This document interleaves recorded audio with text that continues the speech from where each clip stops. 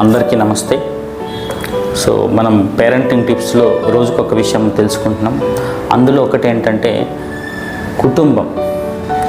భారతదేశం ప్రపంచానికి ఇచ్చిన అత్యంత ముఖ్యమైన బహుమతుల్లో కుటుంబ వ్యవస్థ అనేది ఒకటి.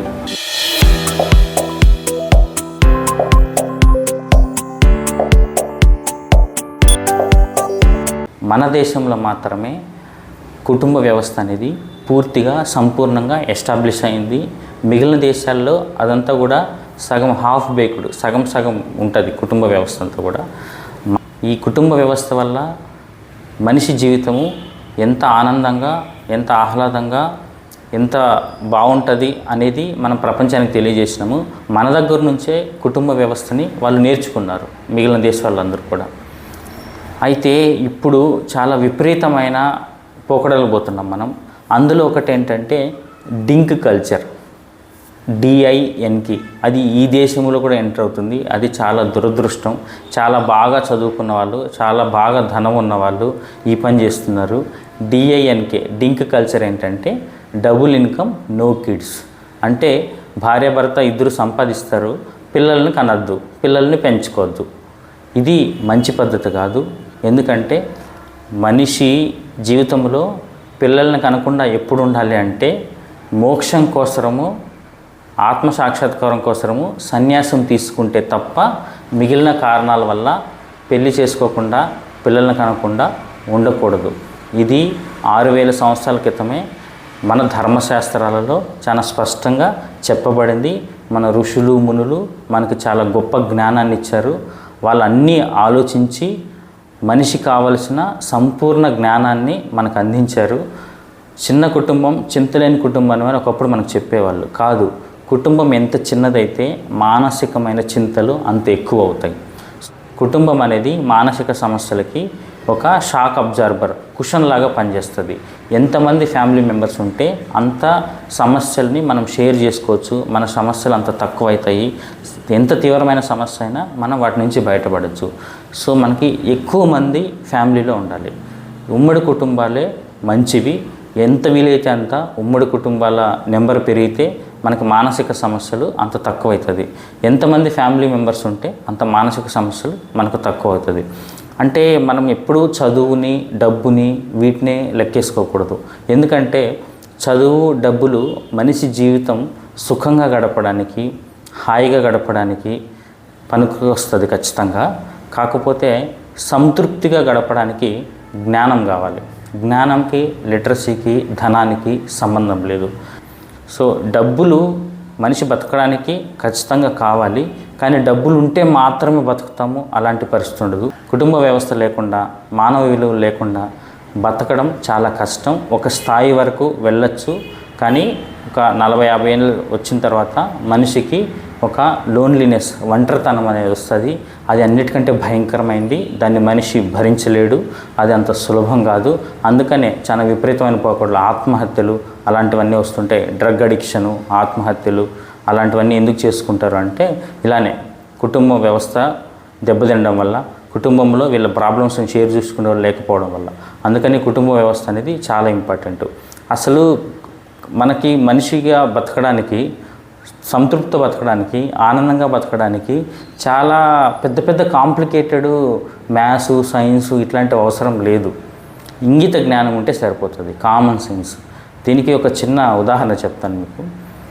ఒక చిన్న స్టోరీ. ఒక కార్ల కంపెనీ ఓనరు ది బెస్ట్ ఇంజనీర్ని పిలిచి అసలు ఈ కంట్రీలోనే టాప్ మోడల్ ఒకటి తయారు చేయమని చెప్పినాడు. ఆయన ఒక 3 months టైం తీసుకొని ఆల్మోస్ట్ ఆ షెడ్లోనే రాత్రింబగళ్ళు గడిపి ఒక బ్యూటిఫుల్ మంచి కార్ని తయారు చేస్తున్నారు. ఒక అందమైన మంచి అన్ని టాప్ ఎండ్ కార్ని తయారు చేస్తున్నారు. అన్ని సేఫ్టీ 5 star రేటింగ్ ఉన్న కార్ని తయారు చేస్తున్నాడు. అంతే. ఆ రోజు కార్ని బయటకు తీసుకురావాలి, వచ్చి ఓనర్కి చూపించినాడు. సో అందరూ స్వీట్స్ పంచుకున్నారు, సెలబ్రేట్ చేసుకున్నారు. ఇప్పుడు ఎక్కడైతే మ్యానుఫ్యాక్చరింగ్ ప్లేస్ ఉందో దాని నుంచి కార్ని బయటకు తీయాలన్నట్టు. సో ఫస్ట్ డ్రైవ్ ఓనర్ ఎక్కినాడు, డ్రైవ్ చేసింది బయటకు తీసుకొద్దామని చెప్పి. కానీ కొంచెం మూవ్ అయిన తర్వాత అర్థమైంది ఏంటంటే ఏదైతే ముందర ఎంట్రన్స్ షట్టర్ ఉందో అది తక్కువ హైట్ ఉంది. కారు పాస్ అవ్వడానికి ఒక్క 1 సెంటీమీటర్ అంత అడ్డొస్తుంది. ఒక 1 సెంటీమీటర్ గ్యాప్ ఉంటే కారు ఈజీగా పాస్ అయ్యేది. అట్లనే బలవంతంగా పాస్ చేస్తే ఖచ్చితంగా పైన లేయర్ అంతా పోతుంది, స్క్రాచ్ అయిపోతుంది అట్లే. సో ఎలా అక్కడ ఆగి ఉంది అన్నట్టు. సో ఆయన అక్కడున్న పెయింటరు వాళ్ళందరూ అంటారు, సార్ నేను మళ్ళీ రీపెయింటింగ్ చేసేస్తాను, మీరు రాసుకుంటూ వెళ్ళండి, దాన్ని ఆ డెంట్ని మనం ఇమ్మీడియట్గా ఒక హాఫ్ అన్ అవర్లో సెట్ చేసేయచ్చు మళ్ళీ. అంటే కొత్త కారు అంటే సెంటిమెంట్ ఉంటుంది ఎవరికైనా, కానీ కొత్త కారు ఎవరికైనా ఎలా అనిపిస్తుంది, అప్పటికప్పుడే అంటే బయటకు తీసిన వెంటనే మళ్ళీ పెయింటింగ్ చేయాలంటే ఆయనకి మనసు ఒప్పుకోదు.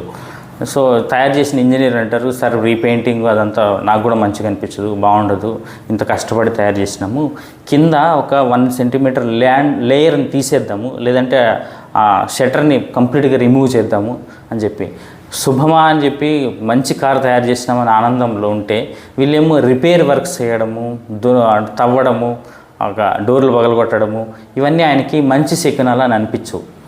సో కొంచెం బాధపడుతూ అంటాడు. అక్కడ పనిచేస్తున్న వాచ్మెన్ వచ్చి, సార్ మీరేమనుకోకపోతే నాదొక చిన్న సలహా అని భయంగానే చెప్తాడు. ఏంటి చెప్పు, పర్లేదు, అసలు మేము ఇంత తలలు బిక్కుంటున్నాము, తలలు పట్టుకుంటున్నాము, అంటే పెద్ద పెద్ద మేధావులు వీళ్ళందరూ, ఏం చేయాలని ఆలోచిస్తున్నాము, ఈయన వాచ్మెన్ ఏంటి మధ్యలో ఏం చెప్పగలడు అని అనుకుంటా అంటారు. సార్ ఏదైనా యూజువల్గా కారు 4 to 6 మీటర్స్ లెంత్ ఉంటుంది కదా, 4 to 6 మీటర్స్ లెంత్, గాలి తక్కువగా ఉండి ఆ రిమ్ మీద ప్రయాణం చేస్తే అంత నష్టమే ఉండదు. సార్ గాలి పూర్తిగా తీసేయండి, జస్ట్ షటర్ నుంచి బయటకు వచ్చేంత వరకు, తర్వాత గాలి నింపుకోండి అని చెప్తాడు. సో సూపర్ ఐడియా అని అనిపిస్తుంది అందరికి కూడా, అది ప్రాక్టికల్ కూడా పాసిబుల్ అవుతుంది. సో అంటే ఇక్కడ చెప్పేది ఏంటంటే, సో పెద్ద పెద్ద కాంప్లికేటెడ్ థియరీస్ చదివిన వాళ్ళు, బాగా నాలెడ్జ్ ఉన్న వాళ్ళు, బాగా ధనం ఉన్న వాళ్ళే లైఫ్లో ఆనందంగా బతుకుతారు, అలా ఏమి ఉండదు. మనిషిగా బతకడానికి సంతృప్తి అనేది చాలా ఇంపార్టెంట్. ఇంగిత జ్ఞానం, కామన్గా మన పరిసరాల్లో జరిగే వాటిని అబ్జర్వ్ చేసే కెపాసిటీ ఉండాలి, ఆ జ్ఞానం ఉండాలి, అది ఇంగిత జ్ఞానం అంటారు. అది కామన్ సెన్స్ ఇంగ్లీష్లో, అది మనకి ల్యాకింగ్ ఉంది. మన చదువు మనకి సుఖాన్ని ఇస్తుంది, ఆరోగ్యాన్ని ఇస్తుంది, నాలెడ్జ్ని ఇస్తుంది, కానీ జ్ఞానాన్ని ఇస్తలేదు. సో అందుకోసం అని చెప్పి, ఇప్పుడు మన ఇంట్లో పెద్దవాళ్ళు చదువుకోకపోవచ్చు, వాళ్ళు ఎక్కువ డబ్బులు సంపాదించుకోకపోవచ్చు, కానీ మనం సంతృప్తిగా ఆనందంగా బతకడానికి వాళ్ళందరూ ఈ వాచ్మెన్ ఎలా హెల్ప్ అయ్యాడో అలా హెల్ప్ అవుతారు. కాబట్టి ఈ డింక్ కల్చర్ అట్లాంటి వాటికి మనం అందరం దూరంగా ఉంటే మంచిది. మన కుటుంబ వ్యవస్థను మనం కాపాడుకోవాలి, అది మన సంస్కృతి. ప్రపంచం మొత్తానికి మనం నేర్పించి ఈ రోజున మనం డింక్ కల్చర్ వైపు వెళ్ళడం అనేది చాలా తప్పు. Thank you.